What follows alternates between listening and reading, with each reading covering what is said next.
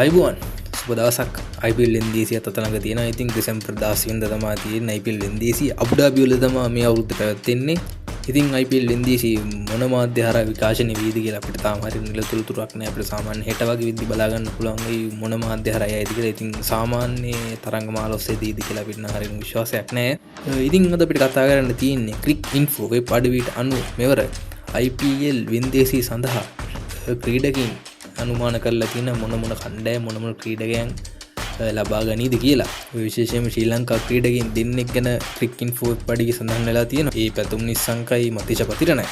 ඉතින් අපි කතා කරොත් මතීෂ පතිරණ ගැන අපි හිතනවා ඉතින් එයා වැඩක් නැහැ මේ ටික ජාතික කණ්ඩායමත් ක්‍රීඩා කරන්න. එයාගේ හොඳ පර්ෆෝම් එකක් අපි දැක්කේ නැහැ. මේ වගේ දේවල් දැක්කේ නැහැ. හැබැයි IPL වලදී උන් මතීෂ පතිරණ ගැන අදහස් දක්වලා තියෙන වෙනම අදහස්. මොකද මතීෂ කලින් IPL සීසන් වලදී ඉතින් එච්චරම අසාර්ථකුනේ නැහැ. නමුත් සාර්ථකයි කියන්නත් පුළුවන්. එච්චරම අසාර්ථකුනේ නැහැ. හැබැයි මතීෂ පතිරණ විශේෂයෙන් අපි දැකලා තියෙනවා මතීෂ පතිරණ චෙන්නයි සුපර් කිංස් කණ්ඩායම ක්‍රීඩා කර සාමාන්‍යයෙන් ශ්‍රී ලංකා කණ්ඩායම ක්‍රීඩා කරනවට වඩා හොඳට මතීෂ පතිරණ චෙන්නයි සුපර් කිංස් කණ්ඩායමට ක්‍රීඩා කරනවා. අපි දන්නේ මොකක්ද හේතුව කියලා. නමුත් වයිට් බෝල් දැම්මත් සාමාන්‍ය මහෙන්ද්‍ර සිං ධෝනි දින සමනේ ඔච්චර මේ වයිට් දාන්න දෙන්නේ හොඳට සෙල්ලම් කරන ඩෙත් ඕවර්ස් එහෙම හොඳට දාන ලකුණු දෙන්නේ නැහැ. ඉතින් හොඳ විකට් ටිකක් ගන්නවා.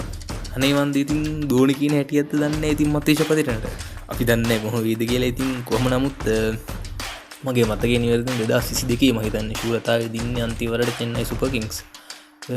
මගේ මතකයේ හරිනම් ඒ අවුරුද්දේ සාමාන්‍යයෙන් අන්තිම ඩෙත් ඕවර්ස් හොඳට බෝල් කරා මතීෂ පතිරණ. ඒ වගේ ඉතින් කලින් අවුරුදු වල දක්ෂතා කලින් සීසන් වල දක්ෂතා අනුව චෙන්නයි සුපර් කිංස් ගන්නේ කියලා ක්‍රික් ඉන්ෆෝ වෙබ් අඩවියකින් ප්‍රෙඩික්ෂන් එකක් දීලා තියෙන අනුමානයක් ලබා දීලා තියෙනවා. ඔය ඒ කාලින් ඉන්දියා සමාජ මාධ්‍ය දැක්ක දෙයක් තමයි IPL එකේදී විරාට් කොහ්ලිනත් මතීෂට පොඩ්ඩක් ඇඹරුණා වගේ කතාවක් ගියදී මේ කාලේ. ඒ වගේ තත්ත්වනෝ තමයි ඉතින් මේ පාරත් අර RTM එකෙන් මතීෂව ගන්නේ කියලා ක්‍රික් ඉන්ෆෝ වෙබ් අඩවිය මේ කියන. මොකද මතීෂ කෝටි 2 සුපිරි කාණ්ඩේ තමයි වින්දීසි ඉදිරිපත් වෙන්නේ. බොහෝ දුරට ඉතින් CSKම ගන්නේ කියලා ක්‍රික් ඉන්ෆෝ කියන ඒ වගේම තවත් කණ්ඩායම් මතීෂව ලබා ගන්න උත්සාහ කරනවා කියලා ඉතින් තවත් කතා තියෙනවා. ඉතින් කොහොම නමුත් ක්‍රික් ඉන්ෆෝ වලට අනුව වෙබ් අඩවියට අනුව කියනවා ඉතින් මතීෂ පතිරණ ටොප් බයි එකක් ඒ කියලා. ඒ වගේම අපි කතා කරන්න ඕන ක්‍රීඩකයෙක් තමයි පැතුම් නිස්සංක මේ විදිහ හොඳ ෆෝම් එකක් ඉන්නවා.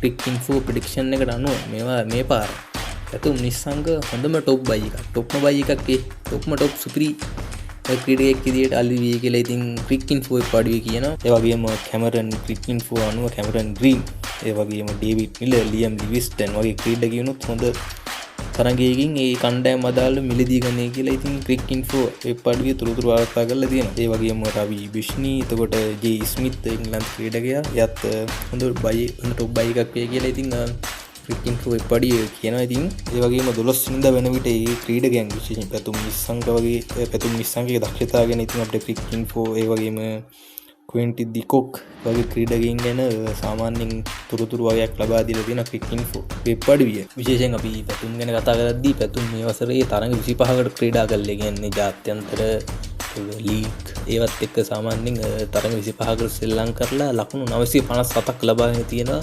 ඒ වගේම සාමාන්‍ය 40ක් ලේසි නෑ. T20 මැච් එක 40ක් තියාගෙන ශ්‍රී කරනවා කියන කිසිම ලේසි දෙයක් නෙවෙයි. ඒ වගේම විශේෂයෙන් අපි කියන්න ඕනේ තුම් නිස්සංක ස්ට්‍රයික් රේට් 2025 වර්ෂයේ වෙන විට 167ක් 2025 විද්දී ස්ට්‍රයික් රේට් එක විතරක් 167ක දී. අපිට මතකයි ඉතින් පැතුම් නිස්සංක 2022 විතර වගේ තමයි ඉතින් ටිකම ක්‍රීඩා කරන්නේ 110ක වගේ ස්ට්‍රයික් රේට් එකක් තියෙන තමයි ඉතින් ඒ කාලේ ශ්‍රී ලංකාවට අපිට මතකයි පැතුම් නිස්සංකට එකේ වගේ ඩොට් සංඝ කියන ඉතින් දැක්ක බහුගිය කාලෙම ශ්‍රී ලංකාවේ ඉන්න හොඳම පිටිකාරු කියන්නේ ක්ලාස්ම බැටෙක් තමයි පැතුම් නිස්සංක කියන්නේ.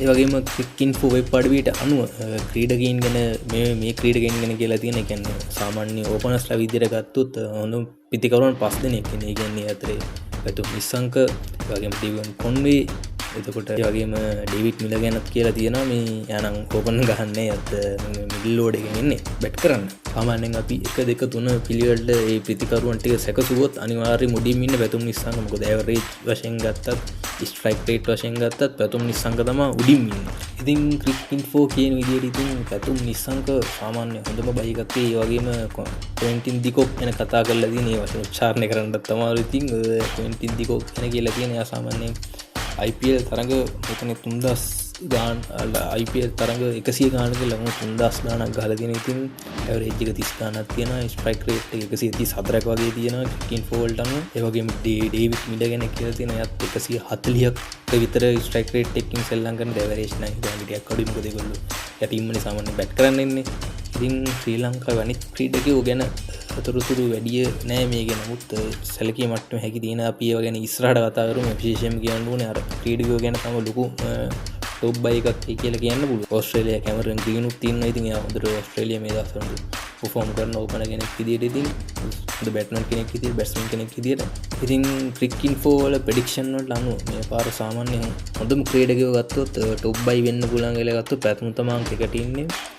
ඉතින් ඒ ගැන කතා කරන්න තියෙන තව දේවල් ලබන 16 වෙනිදා තමයි ඉතින් ක්‍රීඩක වින්දීසිය තියෙන. අපි බලමු. අපි හැමෝම බලන ශ්‍රී ලාංකික විදිහට අපි සතුටු වෙන්න පුළුවන්. පැතුම් හොඳ ගන්න දියොත් අපි තවන්න බලන් ඉන්නේ ශ්‍රී ලංකාවේ පිටිකරුවන් කවුද වින්දීසි වැලි වෙන්නේ කියලා. මොකද ඉන්දියාවේ මතයක් තියෙන ශ්‍රී ලංකාවේ පිටිකරුවෝ විශ්වාස කරන්න බෑ. මොකද හොඳ දක්ෂතාවක් නැහැ. ඉතින් T20 වලදී අපි ඒක දැකලා තියෙන ඕන තරම්. මොකද අපි ඉන්දියාවට ලොකුට 50 ගානකට අවුට් වෙලා තියෙන අපි බැට්ස්මන්ලා ඉතින් තමයි ඉතින් හිතන්නේ. මොකද අපි දැක්කේ නෑ කුසල් මෙන්ඩිස් උනත් ඉතින් හොඳට ශ්‍රී ලංකාවේ ඉතින් අර ඒක තරගයේදී පොඩ හම්බුනේ. ඉතින් ඒකෙත් හොඳ දෙයක් කරා. නමුත් බලමු ඉතින් අපි මොන වගේ දෙයක් වෙයිද.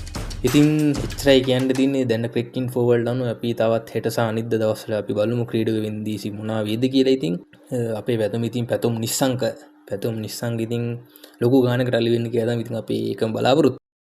ඉතින් එච්චරයි කියන්න තියන්නේ. ඉතින් අපි ආදින මතක් කරන අපේ නාලිකාව සබ්ස්ක්‍රයිබ් කරලා පෙත් එක්ක එකතු වෙන්න කියලා. එහෙනම් අපි ගිහිල්ලා යන්න. හැමෝටම ජය වේවා. සුබ දවසක්.